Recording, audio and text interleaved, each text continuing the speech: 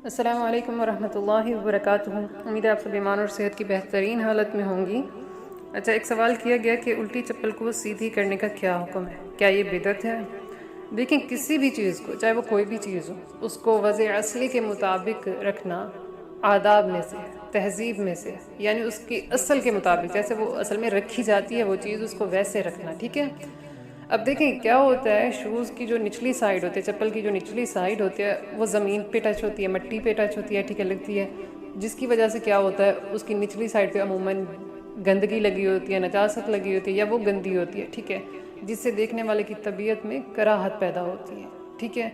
और उसको सीधा करना अच्छी बात है, एक अच्छा अमल है, आदाब में से है, तहज़ीब में से, लेकिन इसका ताल्लुक़ ना फ़र्ज़ से है, ना सुन्नत से है, ना वाजिब से है, और ना ही ये बिदअत है।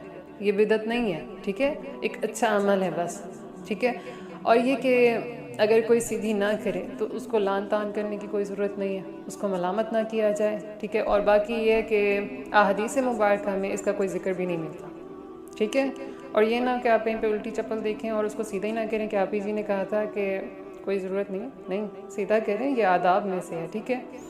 आप किसी को तकलीफ़ से बचा रही होंगी, ठीक है, कराहत से बचा रही होंगी, तो ये आपके लिए सदका बन जाएगा, ठीक है।